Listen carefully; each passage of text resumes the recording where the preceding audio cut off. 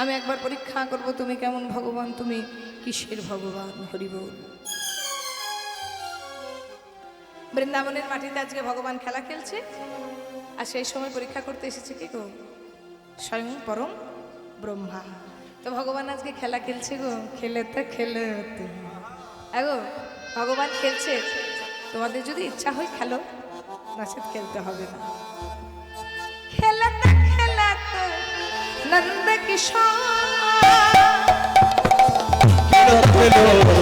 নন্দ কিশোর, খেলাতে খেলাতে নন্দ কিশোর, আহা খেলো তো নন্দ কিশোর, খেলাতে খেলাতে নন্দ কিশোর। উলুধ্বনিটা খেলো তো নন্দ কিশোর, খেলো তো নন্দ কিশোর, খেলো তোরা সুন্দর সার মোহন মুরলী মধুরতা।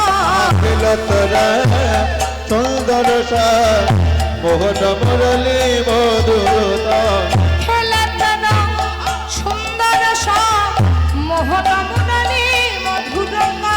খেলো তোরা সুন্দর সার মোহন মুরলী মধুরতা। আহা খেলাতে, আহা খেলাতে, আহা খেলাতে। উলুধ্বনি খেলো তো নন্দ কিশোর, খেলো তো নন্দ কিশোর, খেলো তো নন্দ কিশোর, খেলো তো নন্দ কিশোর, খেলো তো খেলো তো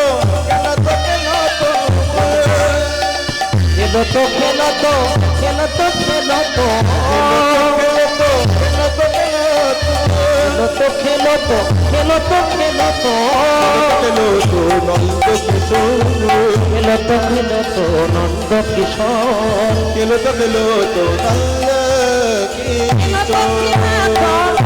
নন্দ কিশোর। প্রিয় শ্রী রাম সুদাম মিলি,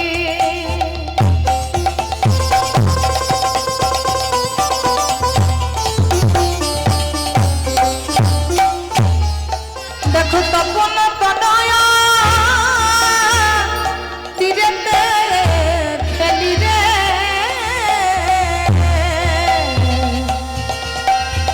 এই সীতাব সুদাম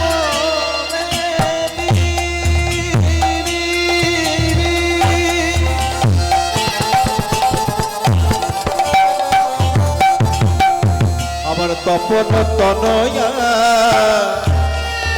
ধীরে থেকে ধীরে প্রিয় শ্রী রাম সুদাম মিলি,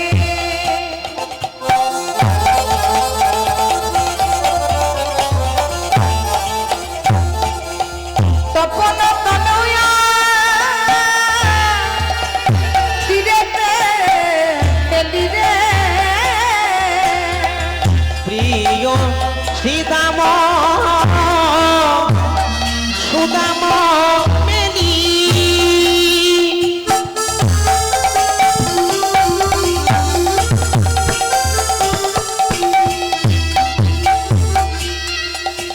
আবার তপন তনয়া তীরেতে খেলি রে।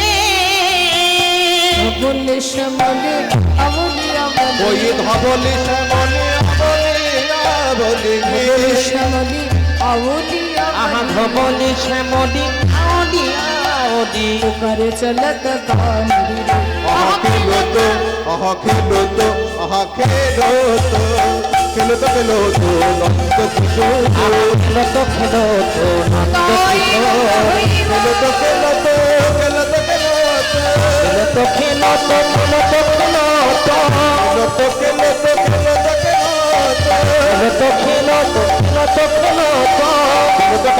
নন্দ কিশোর।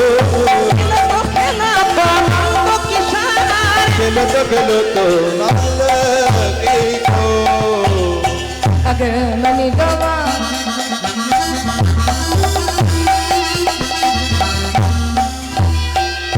बेदिशा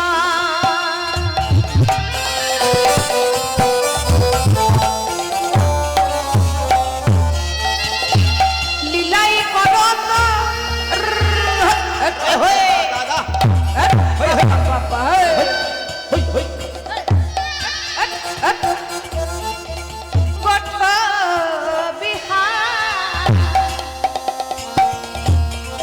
আঘায়া গমনি গম আঘাপে নসার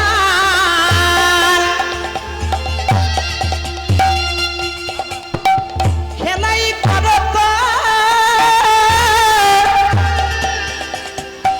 কঠ বিঘার দে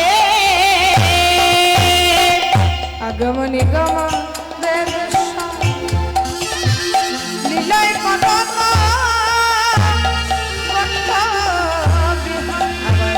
নাসির মামুদ করো কহি নাচে নাচির মামদ মামুদ করো কহিয়া শিরোমা মদ কর কহিয়া চরণে শরণ গান দিলে চরণ ছাড়া করো না হে। যেন আমায় চরণ ছাড়া করো না হে।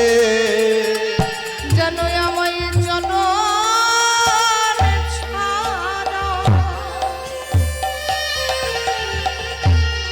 করো না হে। যেন আমায় চরণ ছাড়া করো না হে। আমি যে বড়ই আশা করে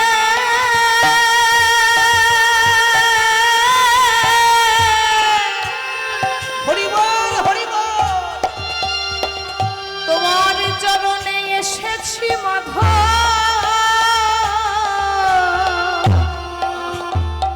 যেন আমায় চরণ ছড়া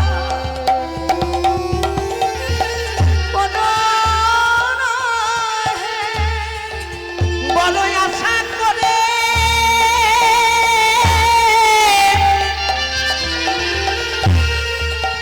আমি এসেছি মাধব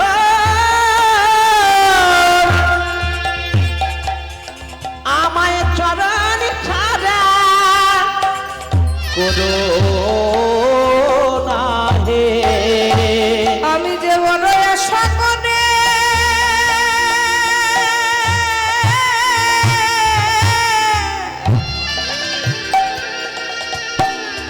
তোমার চরণে এসেছি মাধব মাধব তোমার কৃপা পাবো বলে যেন চরণ ছাড়া করো না বাবু বলি এই নিবেদন খোদা রইল।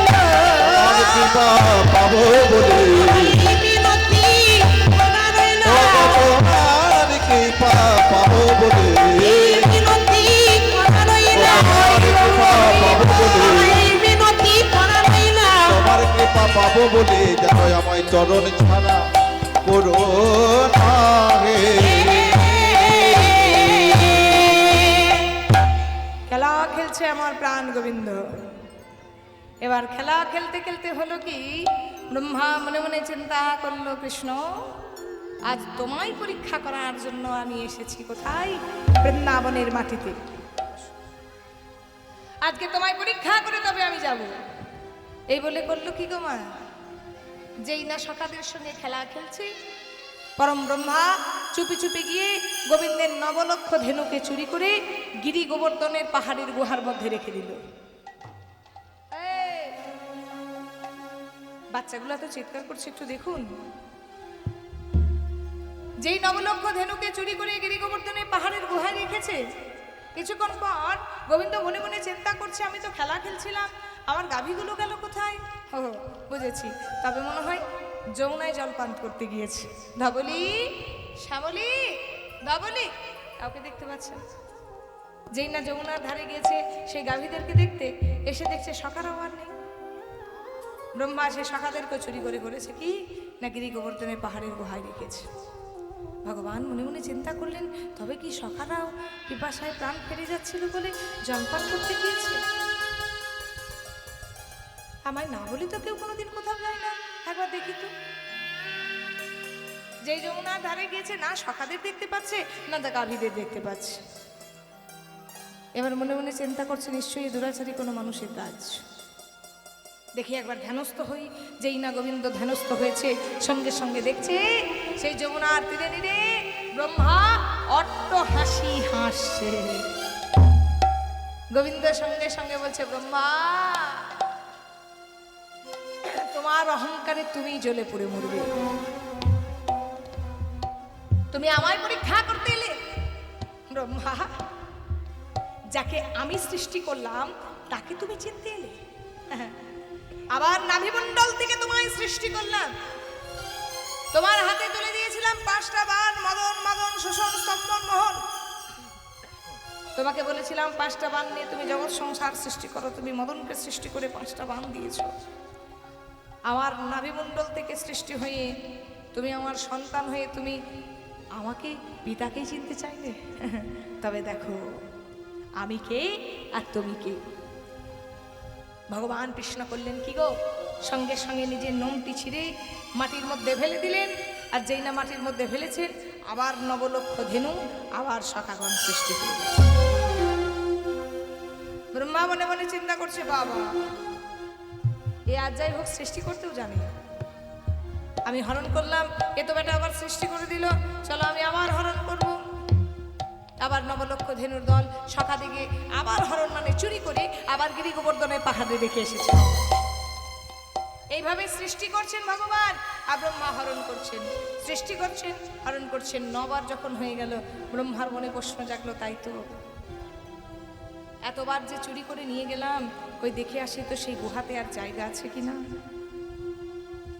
যেই গুহার মধ্যে গিয়েছে, দেখছে একটা তিল ফেলার জায়গা নেই। যেই না দেখেছে ঠিক গুহার এই অবস্থা, সঙ্গে সঙ্গে ব্রহ্মা ধ্যানস্থ হয়েছে, তবে এ বেটা কে আমায় জানতে হবে। যেজন সৃষ্টি করছে, আমি হরণ করছি, তবে কি সত্যিই সে ভগবান নারায়ণ? যেই না ব্রহ্মা নয়ন মুদিত করে ধ্যানে বসেছে, সঙ্গে সঙ্গে ধ্যানের মধ্যে দেখতে পেয়েছে সেই যে গোঠের রাখাল, সেই যে ব্রজের বালক, সেই গোঠের রাখালের ভেতরে আমার চতুর্ভুজ নারায়ণ বিরাজ করছে। ছুটতে ছুটতে ব্রহ্মা এসে গোবিন্দের চরণে পড়েছে। আমার এই অপরাধ ক্ষমা করো,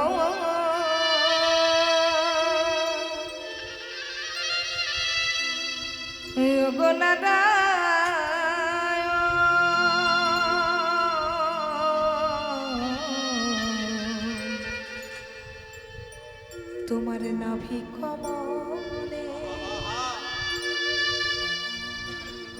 হয়েছে আমার জনম। অপরাধ ক্ষমা করো,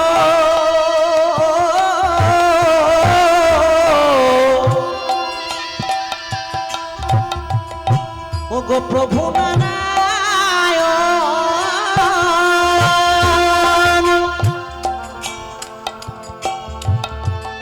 তোমার নাভি কমলে হয়েছে আমার জনম। তোমার নাভি কমলে হয়েছে আমার জনম। আচ্ছা প্রভু, তোমার নাভিমণ্ডল থেকে যদি আমার সৃষ্টি হয়, তাহলে আমি হলাম তোমার সন্তান, তুমি হল তোমার পিতা। তাহলে সন্তানের অপরাধ কি পিতাতে ধরে গো প্রভু গো? ছেলের অপরাধ পিতা না করে গ্রহ, তুমি মনে ক্ষমা করো এই নিবেদন, তুমি মনে ক্ষমা করো এই নিবেদন ওগো ক্ষমা করো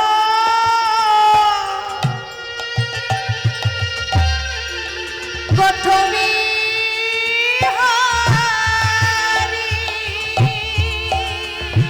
ওগো ক্ষমা করো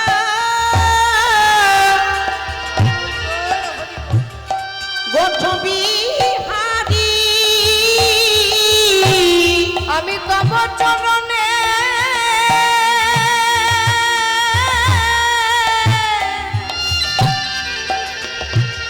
চিরই অপরাধী আমায় ক্ষমা করো প্রথমে আমি তব চরণে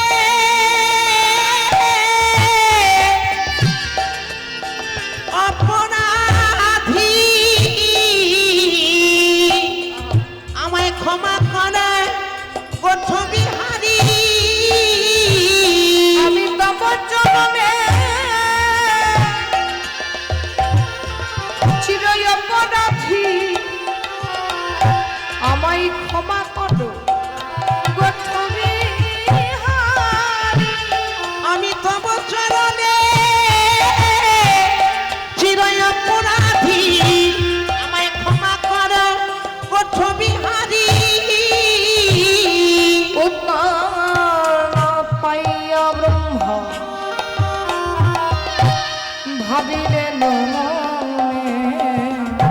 ক্ষমা নাহি পাইলা তব শ্রী চরণে ওগো ক্ষমা নাহি পাইলা প্রভুর শ্রী চরণে তাই প্রাশ্চিত্য করি আমি ধরাই জননী জন্মিবতী ঘৃণিত কুলে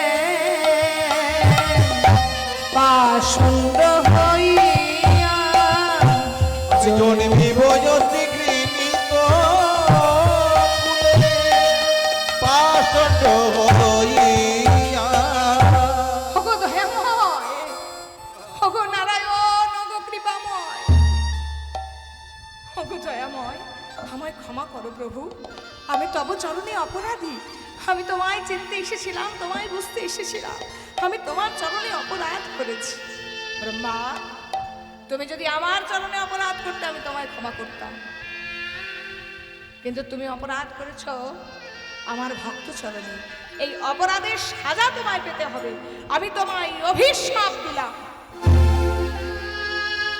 যে ভগবানকে তুমি কাছে পেয়ে চিনতে পারলে না যে ভগবানকে তুমি কাছে পেয়ে জানতে পারলে না বুঝতে পারলে না যে ভগবানকে চেনার জন্য তুমি বৃন্দাবনের মাটিতে এলে সেই ভগবানকে চেনার জন্য পরজন্মে তোমাকে মনুষ্যকুলে জন্ম নিতে হবে মনে রেখো আজ তুমি পাপ করেছো পাপের সাজা কিন্তু তোমায় পেতে হবে আগত জন্মে তোমাকে এই ভগবানকেই তিলে তিলে জানতে হবে তিলে তিলে চিনতে হবে শুধু তাই নয় এই ভগবানকে ভালোবাসার জন্য এই ভগবানকে চেনার জন্য বোঝার জন্য হরিনাম করার জন্য শুনে রাখো তোমার জন্ম হবে কুলীন ব্রাহ্মণ ঘরে কিন্তু তুমি পালিত হবে মুসলমান ঘরে শুধু তাই নয় 22টা বাজারে নিয়ে গিয়ে এই হরিনাম করানোর জন্য তোমাকে বেত্রাঘাত করা হবে তোমার নাম হবে পরম ব্রহ্ম জবন হরিদাস ঠাকুর হরি বল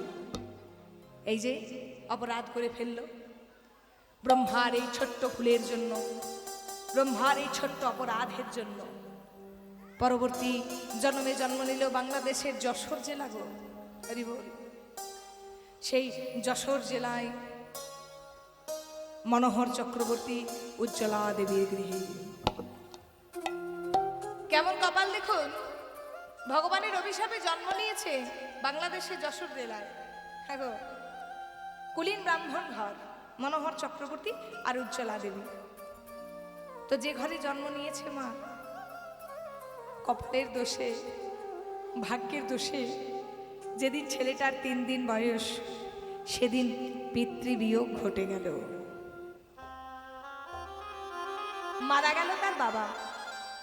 তখনকার দিনে প্রথা ছিল সতীদাহ প্রথা।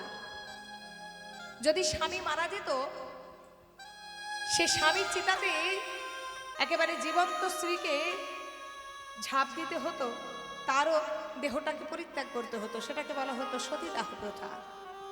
অর্থাৎ স্বামীর জ্বলন্ত চিতায় ঝাঁপ দিয়ে নিজে প্রাণ ত্যাগ করাটাই হচ্ছে সতীদাহ প্রথা। তখনকার দিনে এটা প্রথা ছিল। তাই হলো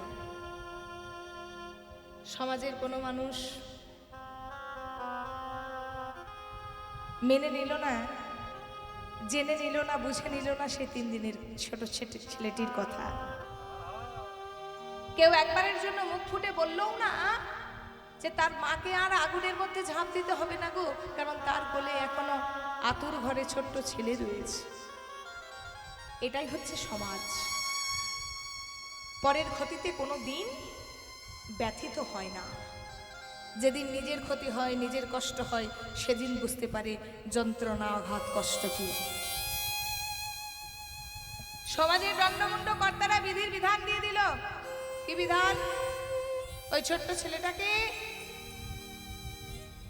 আগুনে পুড়িয়ে মেরে দাও, নলে জলে ডুবিয়ে মেরে দাও। হ্যাঁ গো, 3 দিনের ছেলে, বাবা গিয়েছে মারা, বাবার জ্বলন্ত চিতাতে মা দিয়েছে ঝাঁপ, বাবা মারা গিয়েছে, মা মারা গিয়েছে। এখন ছেলেটাকে দেখবে কে? ছেলেটা কিন্তু ঘরের মধ্যে পড়ে পড়ে কোয়া কোয়া কোয়া কোয়া করে কাঁদতে লাগলো। শোনো শোনো, কেউ বলছে এক কাজ করো, ওই যে দূরে পুকুরটা দেখছো তার মধ্যে ছুঁড়ে ফেলে দাও। বলছে না না, নিজের হাতে কে পাপ করবে, আমি ছুটতে পারবো না। কেউ বলছে তাহলে গলা টিপে মেরে দাও। এখন নিজের হাতে কেউ গলা টিপে বাচ্চাকে মারতে পারে? পারবো না। তাহলে এক কাজ করো, এত গরমের দিন, এই এত রৌদ্রের তাপ, উঠোনের মধ্যে খালি গায়ে ছেলেটাকে শুইয়ে রেখে দাও, আর খানিকটা উঠোনে জল ঢেলে দাও।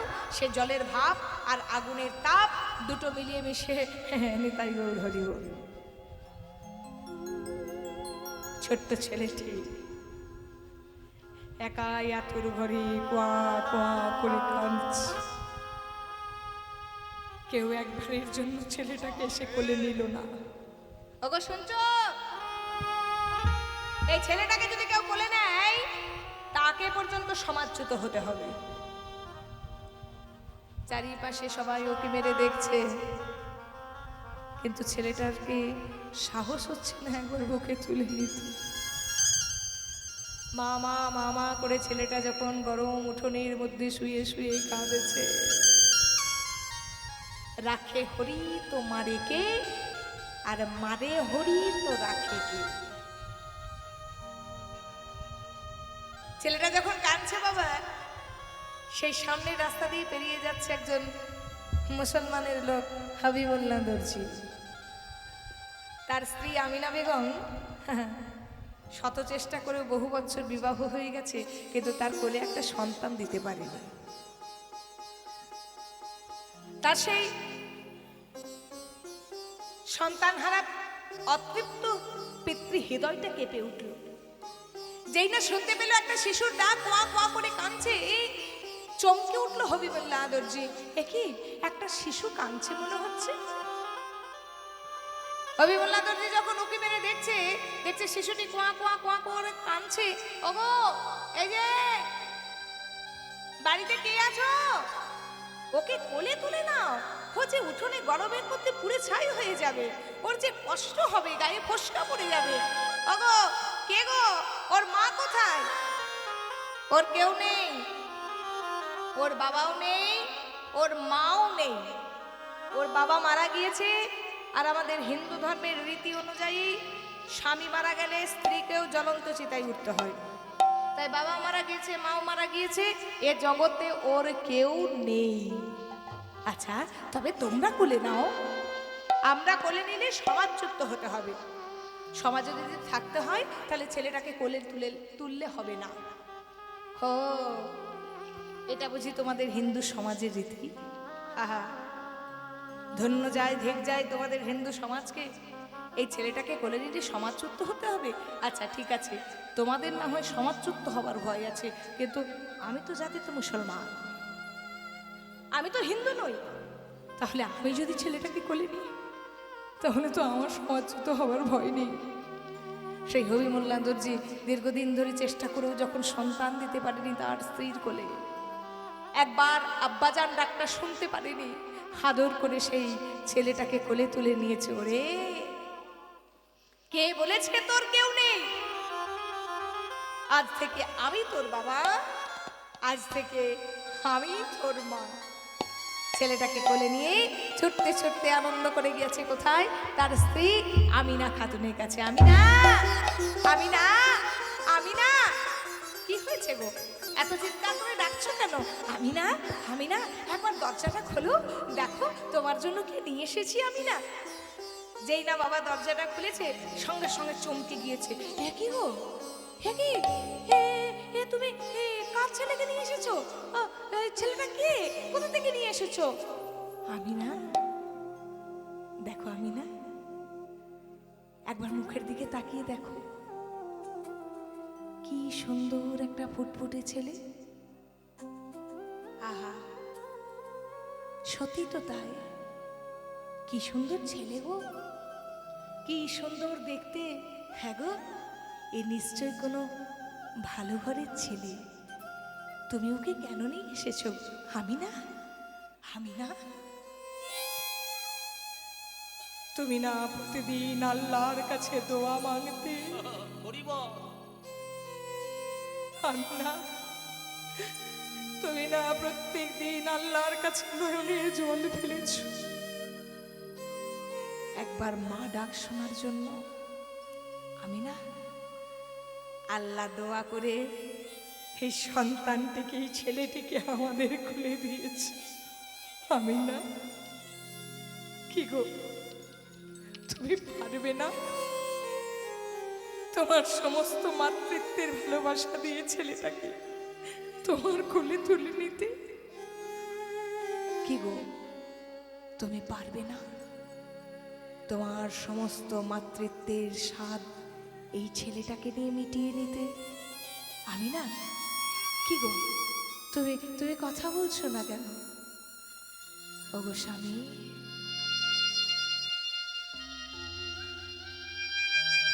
দুদিনের আনন্দ নিয়ে আর কি হবে? যে আমাদের নয় সে কি আমাদের কাছে থাকবে? আজকে হয়তো কোলে তুলে নেব, যদি কোনোদিন আমার এই বুক ছেড়ে চলে যায়, পারবে তো স্বামী সেদিন ওই ব্যথাটা সহ্য করতে? বলো, আজ থেকে কিন্তু তোমায় শক্ত হতে হবে। যাকে তুমি আমার কোলে তুলে দিচ্ছ, কোনোদিন যদি সে আমাদের ছেড়ে চলে যায়, সেদিন কিন্তু যন্ত্রণাটা অতি প্রবল হয়ে যাবে। হরি বল।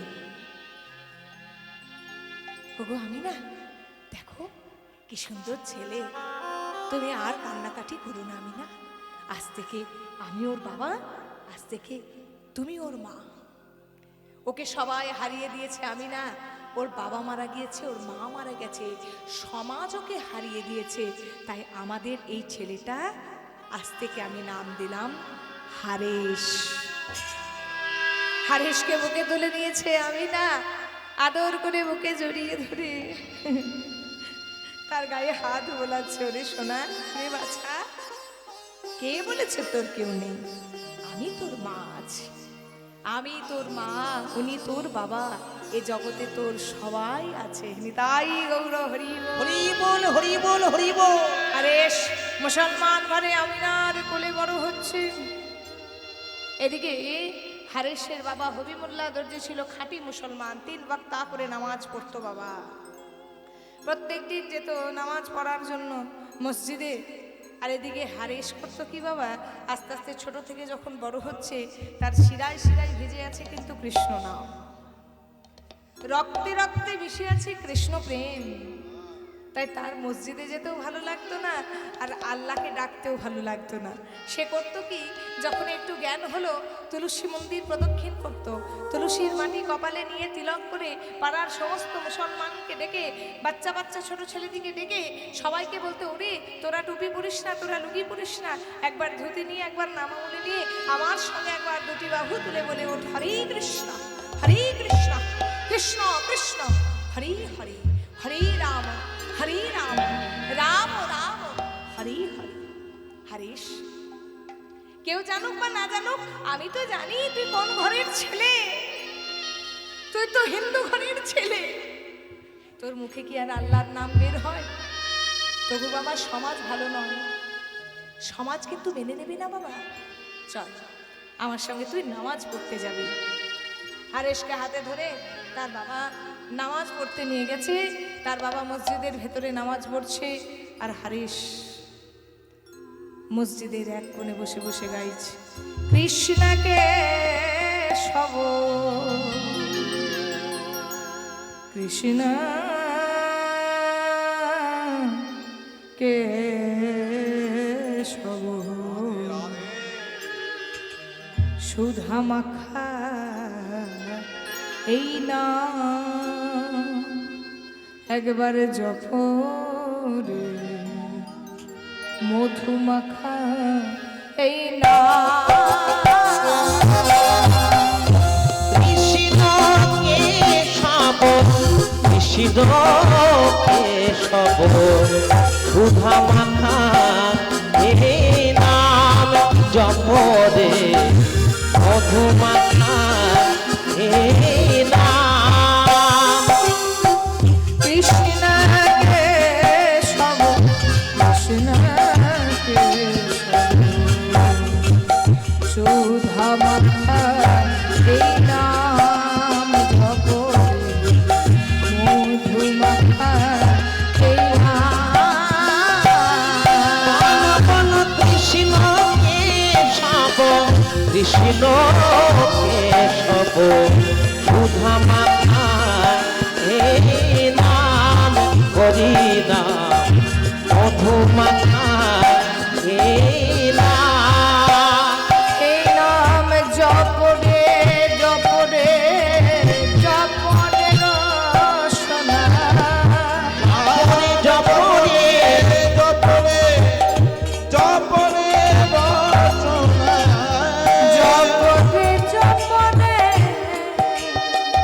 জপরে রসনা জপরে জপরে জপরে রচনা মাখা এই নাম জপরে মধু মাখা এই নাম বল কৃষ্ণ কেশব কৃষ্ণ কেশব সুধা মাখা এই নাম জপরে মধু মাখা এই নাম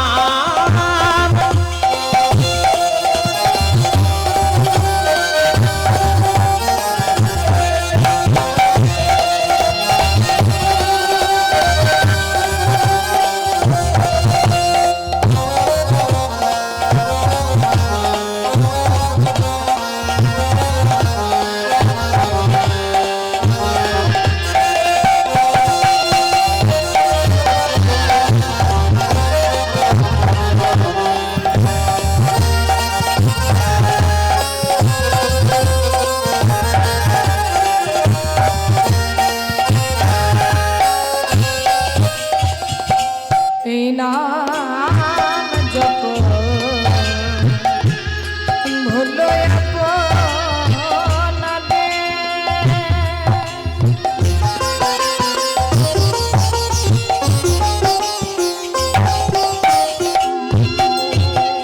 দূরে যাক তৃষ্ণা দেব পদাবানে এই নাম জপ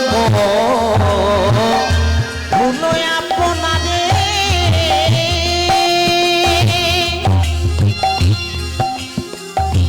দূরে যাবে তৃষায় প্রেম পারাবারে নাম জপরে জপরে জপরে রসনা এই নাম জপরে জপরে জপরে রচনা জপরে জপরে জপরে রসনা এই নাম জপরে জপারে জপরে রসনা সুধা মাখা এই নাম জপরে মধুমাখা এই নাম কৃষ্ণকে সব কৃষ্ণকে সব সুধা মাখা এই জপরে মধুমাখা এই সব কৃষ্ণ কেশব সুধা মাখা এই নাম জপরে মধু মাখা এই নাম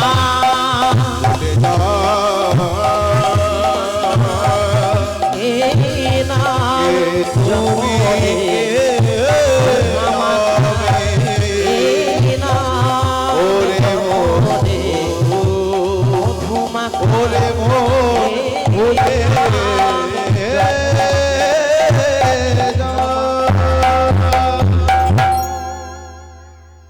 খবর চলে গেল গোরাচাঁদ কাজীর কাছে। সেখানে দণ্ডমুণ্ডের কর্তা বিচারপতি একই একজন মুসলমানের ছেলে গোড়া মুসলমান হয়ে খাঁটি মুসলমান হয়ে ওই হিন্দু ধর্মের নাম করছে। কে সে? হবিবুল্লাহ দর্জির ছেলে।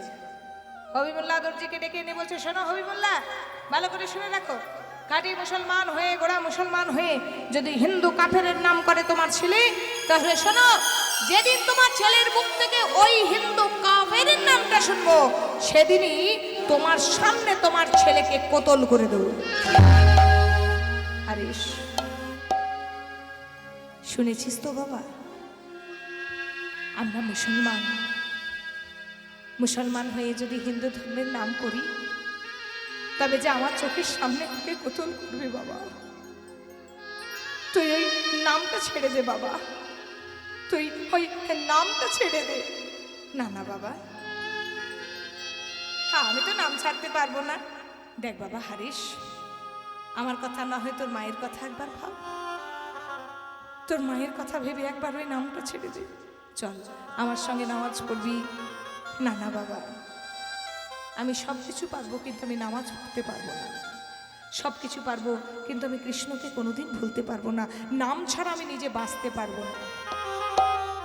ঠিক পরের দিন প্রভাত হলো, আর সেই হারেশ পাড়ার ছেলেদেরকে ডেকে সবাইকে বলছে, চলো একবার সবাই মিলে দুটি বাহু তুলে আমার সাথে বলো, ভজ শ্রী কৃষ্ণ কহ শ্রী কৃষ্ণ লহু শ্রী কৃষ্ণে নাম রে। কৃষ্ণ ভগতি কৃষ্ণ লহ শ্রী কৃষ্ণে নাম রে। ভজ শ্রী কৃষ্ণ কহ শ্রী কৃষ্ণ লহু শ্রী কৃষ্ণের নাম রে। একবার ভজ শ্রী কৃষ্ণ লহ শ্রী কৃষ্ণ লহ শ্রী কৃষ্ণের নাম রে। যে জন্য আমার কৃষ্ণ ভজে,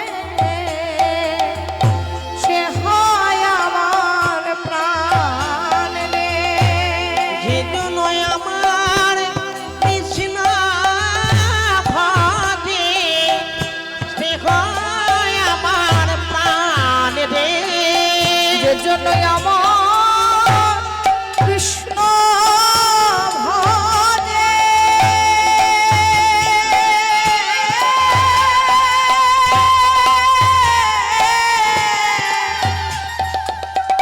সে হয় আমার প্রাণ রে। যেজন আমার কৃষ্ণ ভজে,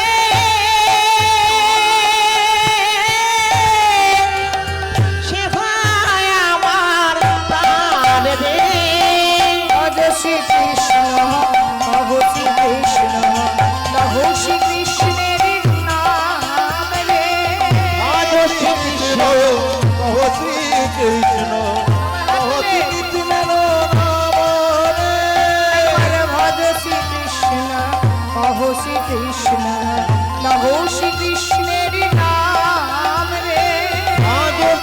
কৃষ্ণ কহ শ্রী কৃষ্ণ লহ শ্রী কৃষ্ণের নাম রে এবার ভজ শ্রী কৃষ্ণ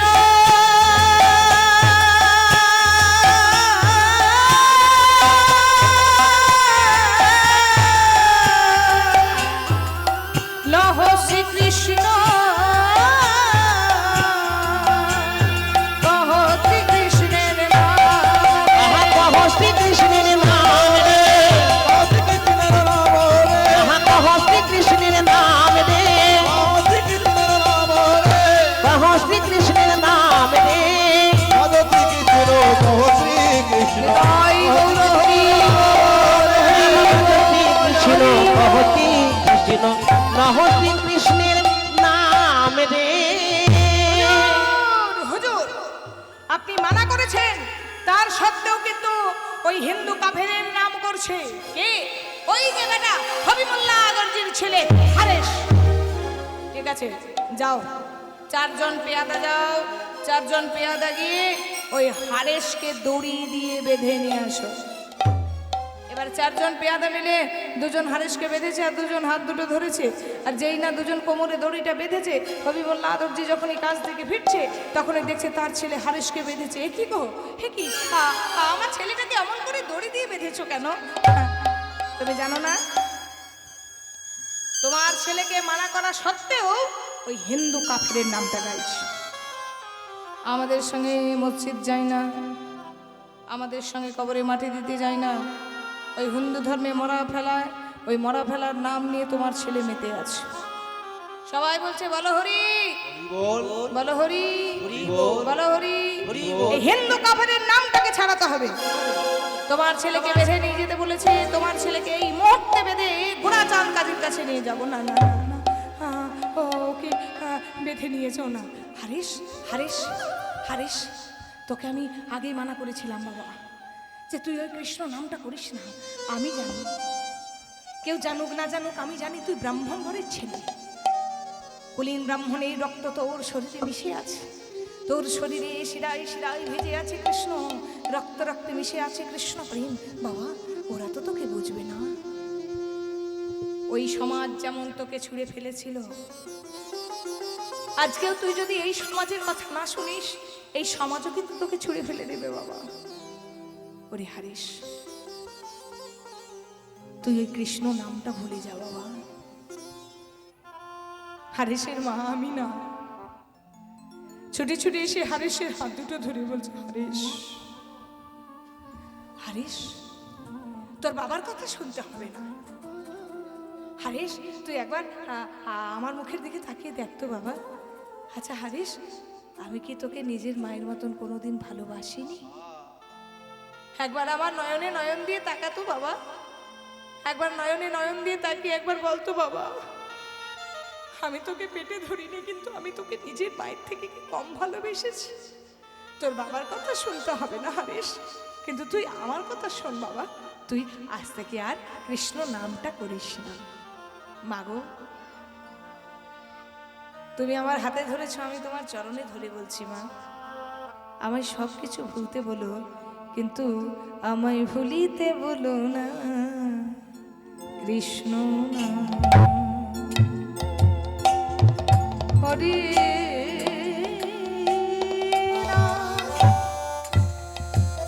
কৃষ্ণ নাম আমায় ভুলিতে বলো না কৃষ্ণ নাম হরি নাম ভুলিতে বলো না বলো না বলো না বলো না বলো না কৃষ্ণ নাম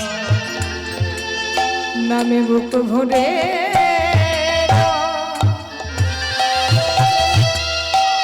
হরি নামে অভাব মেটায়। নামে বুকি ভরে যায় নামে অভাব মিটায় হরি নামে বুক ভরে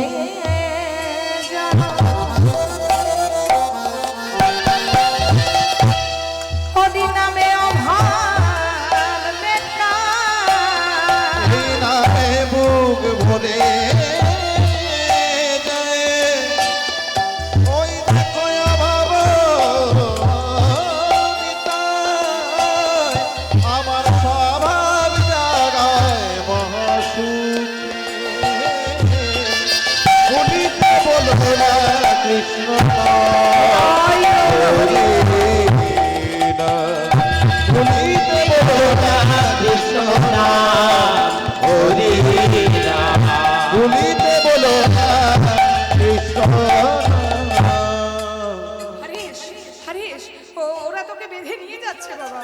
হ্যাঁ, তুই যেন কৃষ্ণ নামটা করিস না বাবা, তুই কৃষ্ণ নামটা করিস না। আর এর সঙ্গে সঙ্গে মায়ের চরণ ধরে বলছে, মা গো, ওরা যখন আমায় বেঁধেছে তখন ওরা কিন্তু আমায় নিয়ে যাবে। শোনো মা, তুমি আশীর্বাদ করো, আমি অচিরেই যেন কৃষ্ণ প্রায় মা মাতা পিতার আশীর্বাদ না থাকলে যে কৃষ্ণ কৃপা হলো না। সঙ্গে সঙ্গে মায়ের চরণে প্রণাম জানিয়ে বলছে, ওগো যাবার বেলা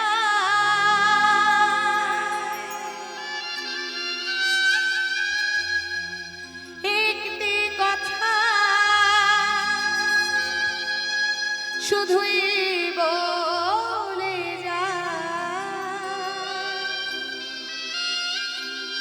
জনম জনম এই হরিনা আমি যেন ও যাবার বেলায়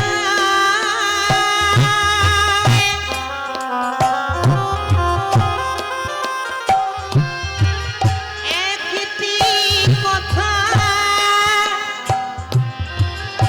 শুধুই বলে যায়, জনম জনম এই হরি নাম আমি যেন গাই। ওগো যাবার বেলা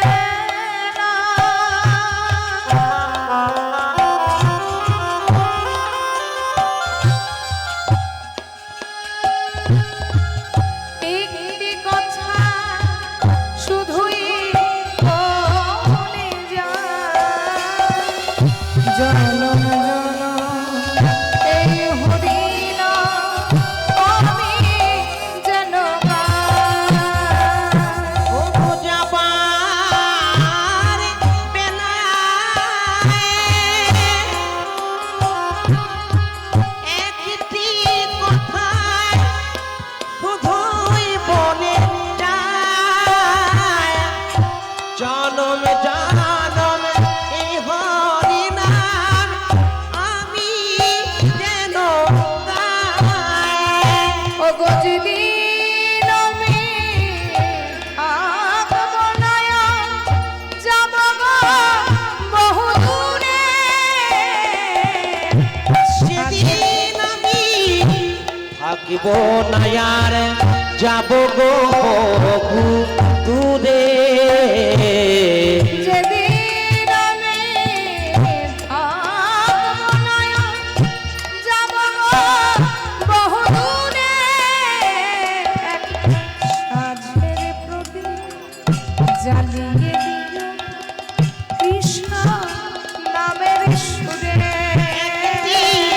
সাথের প্রদীপ জ্বালিয়ে দিয়া কৃষ্ণ নামে সুরে। একটা সাজের প্রদীপ জ্বালিয়ে দিও কৃষ্ণ নামের সুরে।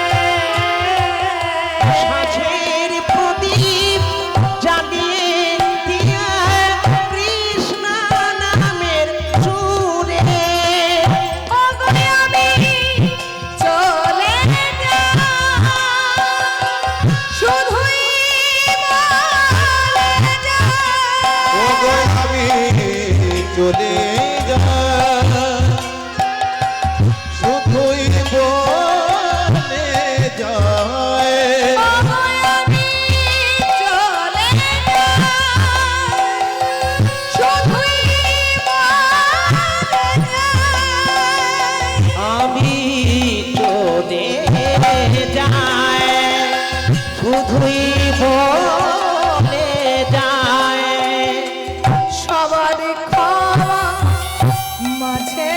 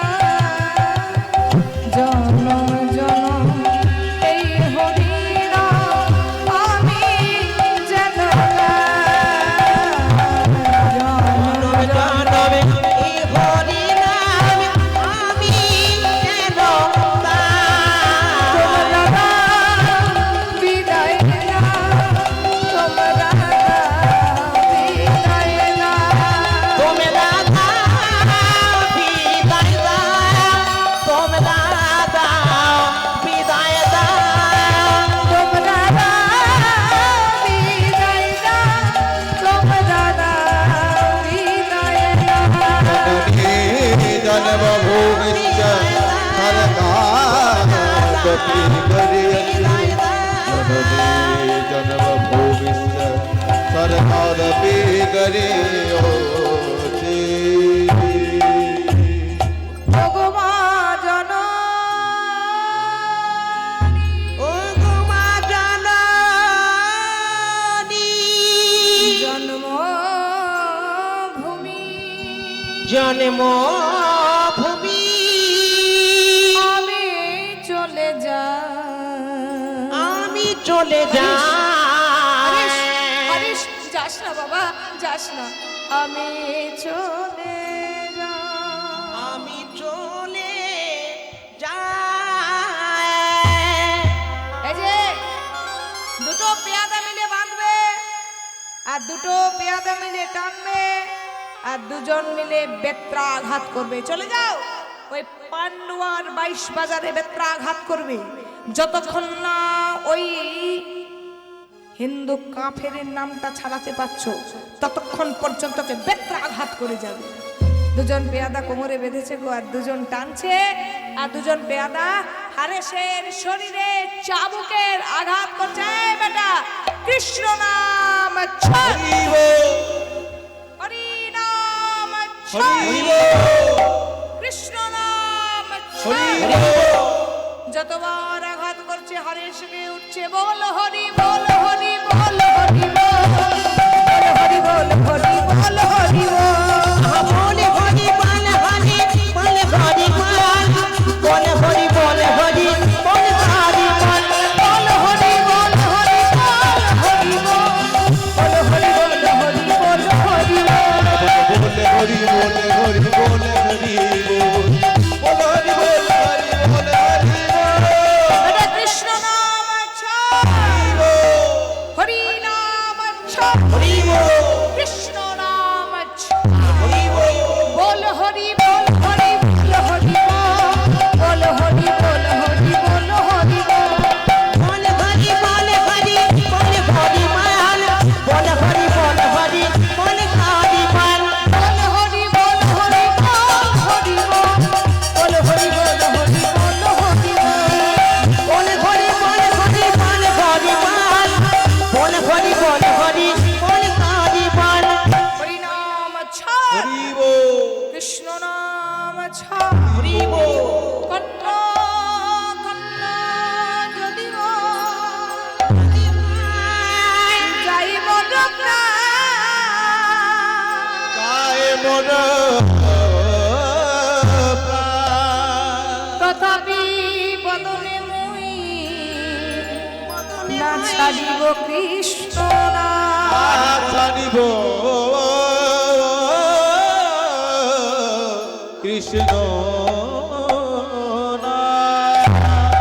যতবার বেতের আঘাত করছে হরেশ মুখ থেকে বলে উঠছে ওগো দয়াময় ওগো ভগবান আমি তো জানি যতগুলো আঘাত করছে আমাকে নয় হে আঘাতে তুমি নিজ অঙ্গে সহ্য করছো ওরা তো অবুঝ ওরা কিছু জানে না দয়াময় ওরা তো জানে না জানে না ওরা কি অপরাধ করেছে কি অপরাধ করেছে ওদেরকে তুমি ক্ষমা করো। ক্ষমা করো। ওদেরকে তুমি ক্ষমা করো। ক্ষমা করো। ওগো দয়াময়, ওগো কৃপাময়, ওগো করুণার সাগর।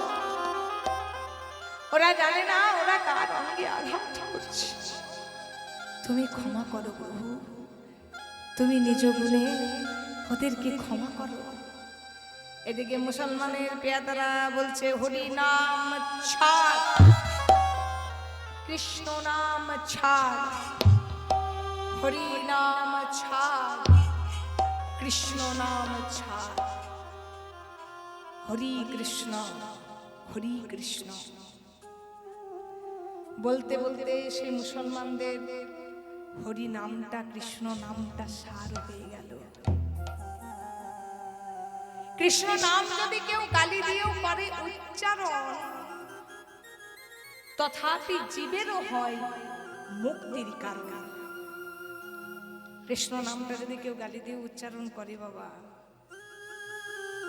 সে কৃষ্ণ নামের শক্তি কিন্তু কাজ করবে।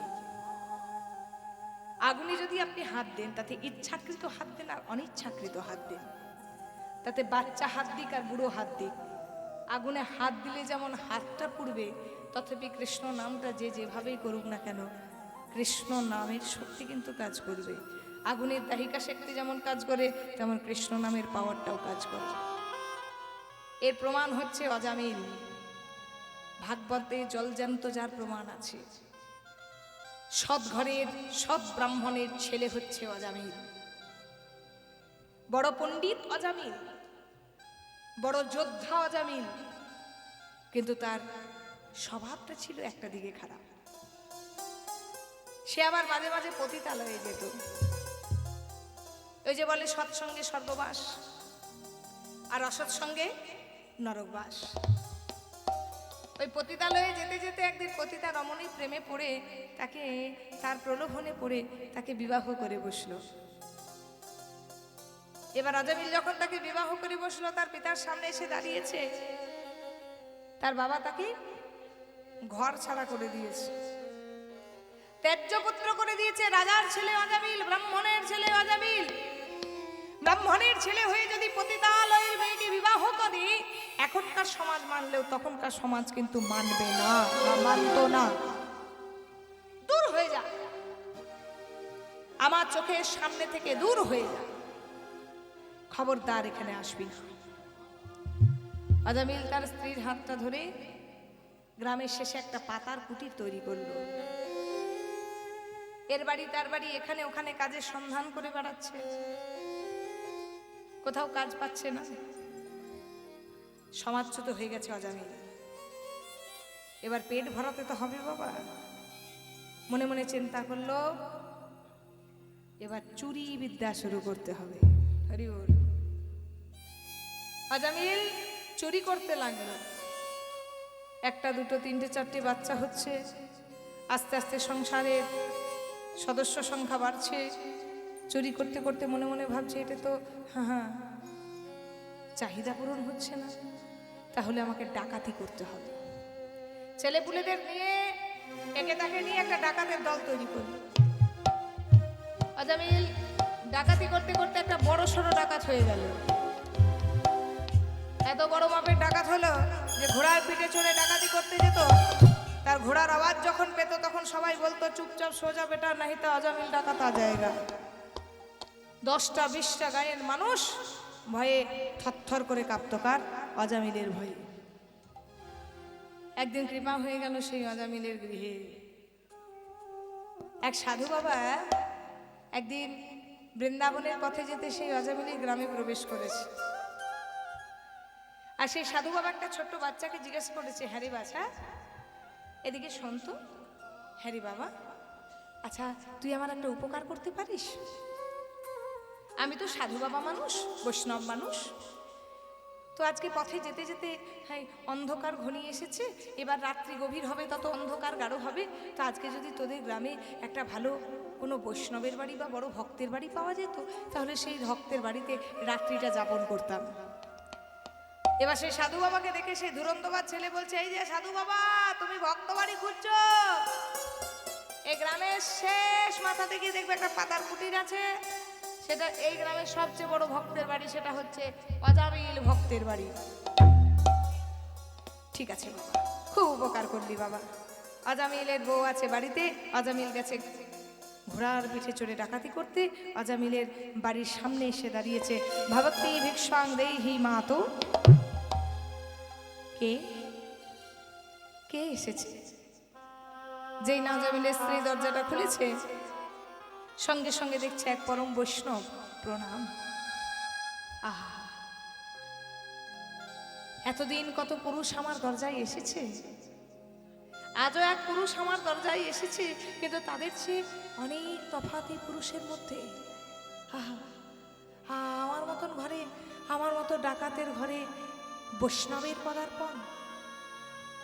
মাগো, রাত্রি ঘনিয়ে এসেছে, আমি বৃন্দাবনের পথে যাত্রা করেছি, তো আজকে রাত্রিটা তো কোথাও যেতে পারবো না মা। রাত্রিবেলায় ভালো চোখে দেখতে পাই না, রাত্রিবেলায় কোথায় যাব? যদি আজকে রাত্রিটা তোমার বাড়িতে একটু যাপন করা যেত। আহ, মনে মনে চিন্তা করছে কত কত পুরুষ আমার ঘরে আমার শয্যায় যাপন করেছে, আজকে পরম বৈষ্ণব এসেছে আমার দরজায়, আমি এই ডাকাতের ঘরে কি করে তাকে থাকতে দেব? সাধু বাবা, আপনি ভুল করছেন। আজকে আপনি যার বাড়িতে এসেছেন, এটা কোনো ভক্তের বাড়ি নয়, এটা হচ্ছে এক ডাকাতের বাড়ি। ঠিক আছে মা, তাহলে তোমার বাড়ির সামনে যে গাছের তলাটা রয়েছে, সেই গাছের নিচে না হয়ে আজকে রাত্রিটা থাকি। মাগো, সারা রাত্রি থাকবো, আমার বড় ক্ষুধা পেয়েছে, যদি আমায় কিছু খাবার। আমার কাছে খাবার চাইছেন? আমার বাড়িতে যা আছে সবই ওই ডাকাতের ধন, তা দিয়ে কি আর বৈষ্ণব সেবা হয়? হরি বল। কিন্তু শুনেছি শুকনো জিনিসে দোষ নেই, খানিকটা আটা, খানিকটা তেল আর সুজি যদি দিই, আপনি যদি নিজে রন্ধন করে সেবা করেন, ঠিক আছে মা, তাই হোক। তুমি আমায় শুকনো জিনিসগুলো দাও, আমি সেই দ্রব্যগুলো নিয়ে নিজের সেবা রন্ধন আমি নিজে করে নেব। সাধু বাবা নিজের সেবার জন্য রন্ধন করছে, রন্ধন করে সেবায় বসেছে, আর হেনকালে হেন সময়ে সেই অজামিল ডাকাত ঘোড়ার পিঠে চড়ে তার দলবল নিয়ে সাঙ্গপাঙ্গ নিয়ে আসছে। যেই না ঘরের কাছে এসেছে, দেখছে আর সাধু বাবা তার ঘরের সামনে বসে যায়। দূর হ, বেরিয়ে যা, আমার ঘরে সাধু টাধু থাকতে আমি পছন্দ করি না, দূর হয়ে যা, বেরিয়ে যায় এখান থেকে। এই যে গলাটা নামিয়ে কথা বলো, তোমাকে বলছি, গলাটা নামিয়ে কথা বলো, একদম মুখের ওপর কথা বলবে না। কে বলছে বলুন তো? অজামিলের স্ত্রী। তাহলে 10টা 20টা গ্রাম যার ভয়ে থরথর থরথর করে কাঁপে, সে বেটা আবার ঘরে একজনাকার ভয়ে থরথর করে কাঁপে। কার ভয়ে? তার স্ত্রীর ভয়ে। আমি থাকতে বলেছি, আজকে রাত্রিটা এখানে থাকবে। সারা রাত্রি কেটে গেছে বাবা, ঠিক পরের দিন সকাল হয়েছে, যাওয়ার সময় বলছে মা বিদায়, তবে তোমার চরণে আমার একটা প্রার্থনা, আমি বৈষ্ণব মানুষ, আমি বিদায় নিচ্ছি, যাওয়ার সময় তুমি আমায় কিছু দক্ষিণা দেবে না? এই, আবার দক্ষিণা? সারা রাত্রি থাকতে খেলি, আবার বলে কিনা দক্ষিণা? বলেছি না মুখের ওপর কথা বলবে না, চুপ করে থাকো। বলুন সাধু বাবা, আপনার কি দক্ষিণা চাই? মা গো, তোমার কাছে টাকা পয়সা চাল ডাল আমি চাই না, তোমার কাছে একটা বাক্য ভিক্ষা, বাক্য দক্ষিণা চাই। কি জানো, আমি তো বৈষ্ণব মানুষ, আমি কিন্তু সব জানি, সব বুঝতে পারি। আমি জানি মাগো, তুমি হলে 9 পুত্রের জননী, আর আমি এও জানি তুমি এখন হচ্ছ গর্ভবতী, আর আমি এটাও জানি তোমার গর্ভে যে আছে সেও পুত্র সন্তান।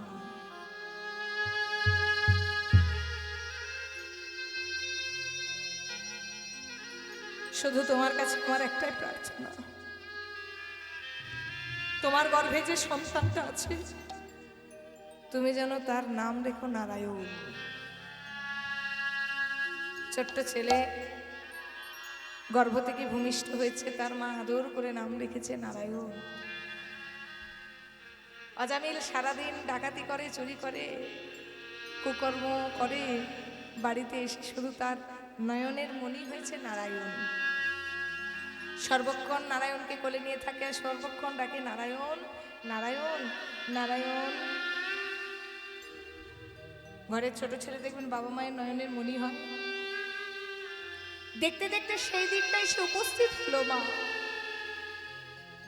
যে দিনটা আপনাদের জীবনেও আসবে, যে দিনটা আপনার জীবনে আসবে। জন্মিলে মরিতে হবে, অমরকে কথা কবে, জন্ম যখন নিয়েছে একদিন চলে যেতে হবে। সেদিন আর এই রক্ত গরমও থাকবে না, এমন ক্ষমতাও থাকবে না। হ্যাঁ, সেদিন বিছানার সঙ্গে মিলিয়ে যেতে হবে আমাদের। প্রাণ পাখি উড়ে চলে যাবে, দেহ খাঁচা পড়ে রয়ে যাবে। মানুষের যখন মৃত্যু হয় বাবা, ঠিক 10 থেকে 15 মিনিট আগে তার মাথা গোড়ার মধ্যে আসে কে? যমরাজের দূত আমাদেরকে নিয়ে যাওয়ার জন্য। সেই সময় বলে, দেখে নাও, দেখে নাও, এই জগতে এসে যাদেরকে নিয়ে তুমি অভিনয় করলে, এই জগতে এসে যাদেরকে নিয়ে তুমি এতদিন খেলা খেললে, সেই খেলার সাথীগুলোকে একবার শেষবারের মতন দেখে নাও, আর তুমি তাদেরকে কোনোদিন দেখতে পাবে না।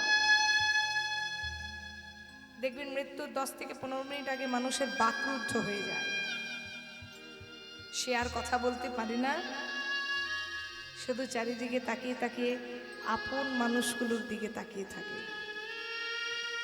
যারা এতদিন তার খেলার সাথী ছিল, তাদের দিকে তাকিয়ে তাকিয়ে চিন্তা করে যদি আরেকটু সময় পেতাম।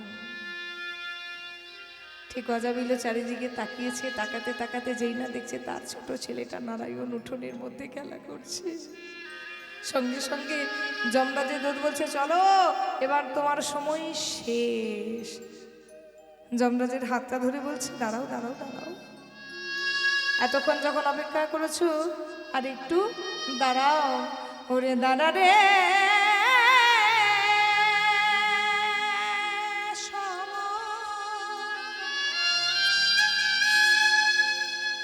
আর কিছুক্ষণ আমার কিছু কাজ আছে বাকি, আমার কিছু কাজ আছে বাকি। দাদা রে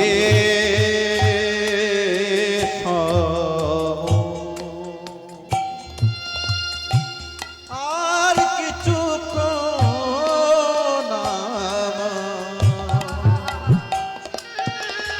কিছু কাজ আছে বাকি,